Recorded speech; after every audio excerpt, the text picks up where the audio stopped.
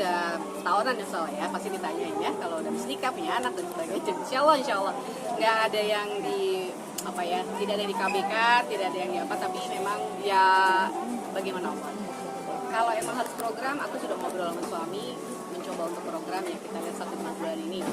Mungkin program yang diambil apa, mungkin bayi tabung atau apa? Belum tahu ya, mendingan konsultasi dulu sebenarnya. Karena dulu waktu aku hamil anakku yang pertama juga aku berjarak, artinya abis nikah nggak langsung punya baby. Jadi yang ini ya memang kan faktor umur ya, sekarang aku juga udah 48. Mungkin konsultasi lah ya apa, kayak apa dan bagaimana. Dan satu lagi yang penting adalah resikonya, karena kan bagaimanapun suami juga tetap bertanya kalau ini resikonya tidak baik ya apa, karena kita sama-sama punya baby. Tapi alasannya aku punya keinginan lagi untuk rencana untuk program lagi. Makanya kalau pingin sih pingin ya, karena aku cuma satu nih gitu. Terus kalau ya Carly udah punya 2 anak gitu, tapi aku punya satu udah besar gitu. Kalau pingin sih pingin, tapi aku memang pentingin adalah kita siap. Artinya saya siap fisik ya, karena sudah berbeda kan gitu. Jadi yang makanya nomor 1 konsultasi. Kalau kayaknya bisa, kalau kayaknya aman, kalau kayaknya semua bisa berjalan baik ya ikhtiar. Tapi kalau enggak ya sudah, kita pasrah yang terbaik.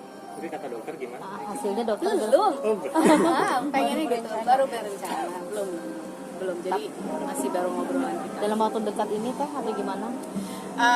Memang sih plannya 1-2 bulan ini. Dari kemarin kita udah ngobrol, cuman ya kita meyakinkan diri kita dulu. Sama suamiku juga bertanya, yang paling penting adalah akunya aman nggak, buat ibunya aman nggak di usia itu. Itu aja sih.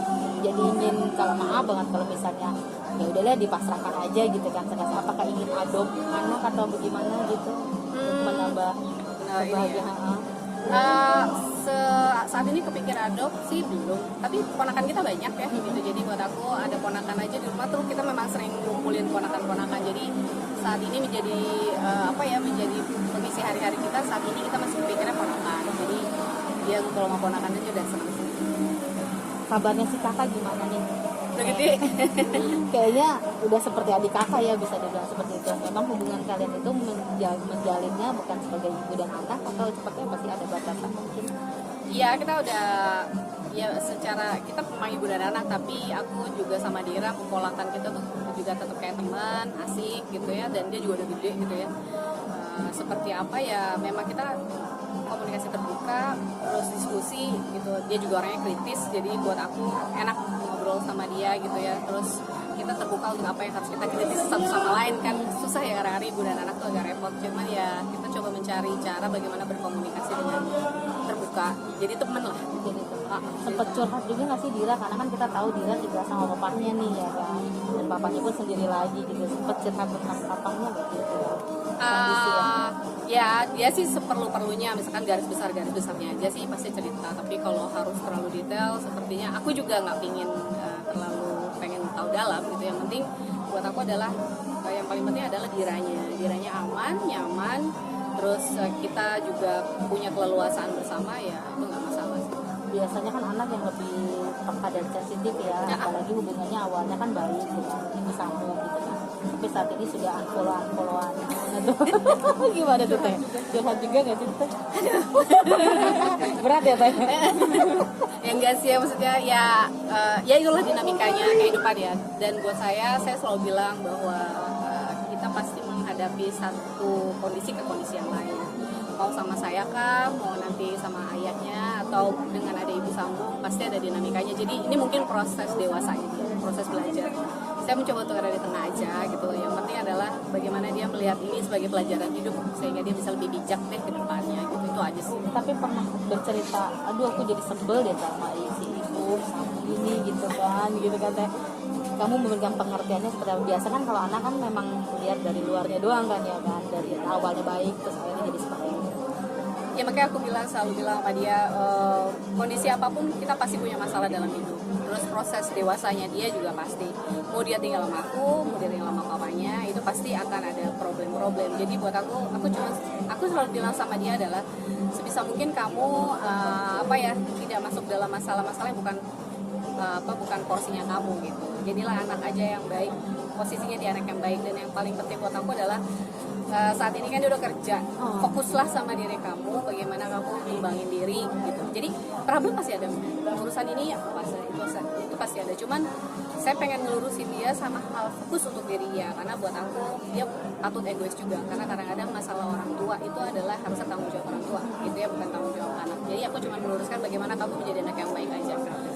Kamu lagi kejar apa, mendingan kamu fokus sama yang kamu kejar. Jadi kalau dia curhat apa-apa kemana, ya sebagai orang tua ya saya pasti mendengar, menampung, tapi saya tidak ingin memperkeruh suasana.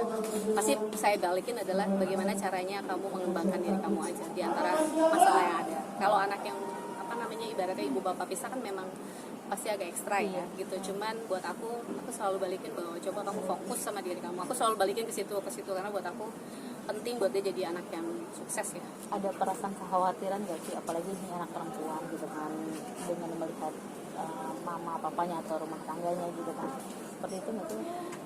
Rasanya sih manusiawi, setiap orang tua worry ya. Kalau saya juga ngerasa, dan saya nggak bisa hari-hari juga kan mantau, pasti worry, pasti ekstra gitu. Cuman kadang-kadang anak-anak itu perlu dikasih kepercayaan. Kalau kita terlalu doktrin gimana mereka juga kadang-kadang mental. Jadi beri kepercayaan sama mereka, ya kita kasih guidance aja gitu. Jadi ya memang harus tarik ulur, tapi buat saya mudah-mudahan anak kita yang paling utama adalah saya berdoa semoga dilindungi. Hubungan dirimu kan dengan sang mantan juga baik karena memang ada Dira gitu kan, selalu memberikan support juga nggak sih, walaupun tetap ada izin dari sang suami gitu, memberikan support apa yang terjadi. Support. Oh ya, alhamdulillah kalau dari awal tuh aku sama Dira memang kita sudah punya pola gitu ya. Terus komunikasi, jujur aja bahwa komunikasi adalah ada di Dira. Jadi aku mencoba untuk menjaga stabilitas daripada takut ada hal-hal yang saya nggak tahu dari pihak bapaknya. Memang aku berkomunikasi sama Dira dan sepertinya dia paham bagaimana ada di tengah gitu. Itu aja sih. Nah, Teh lagi-lagi di soal trigger permasalahan pasangan menjadi manajer. Teh kan gitu juga maksudnya, sama sang suami juga sebagai ditempatkan sebagai manajer. Ada nggak sih? Ada nggak sih maksudnya akhirnya kepercayaan atau seperti apa sih yang bikin membuat dirimu lebih nyaman dan lebih percaya dengan pasangan sendiri gitu, tapi kan ada di luar sana yang ternyata kepercayaan itu disalahartikan. Iya, makanya ya, setiap kita pasti punya masalah nih dalam rumah tangga ataupun dalam pekerjaan gitu ya. Kalau bicara saat ini suamiku juga bantuin aku di manajemen gitu, ya aku itu di depan kemarin sebelum ada suamiku memang kita sudah punya pola. Jadi mulai dari materi pekerjaan sampai ke manajemen keuangan. Jadi manajemen keuangan itu aku sudah berjalan dengan manajemen yang sebelumnya itu sudah tertata, artinya sudah diatur keuangannya seperti ini, pribadi seperti ini. Jadi benar-benar sudah dipisah di awal. Teknisnya seperti apa, polanya seperti apa. Mungkin memang kita harus saklek ya kalau soal bicara pekerjaan, karena bukannya pengen berhitung-hitung, tapi memang biar kelihatan pola kerja gitu. Jadi ini kan sama aja bisnis ya buat kita, karena main job kita adalah memang di dunia musik. Tapi namanya manusia, kita kadang-kadang memberikan namanya kita sama partner memang 100% karena itu percaya. Tapi di sisi lain kita harus percaya sama pasangan, tapi di sisi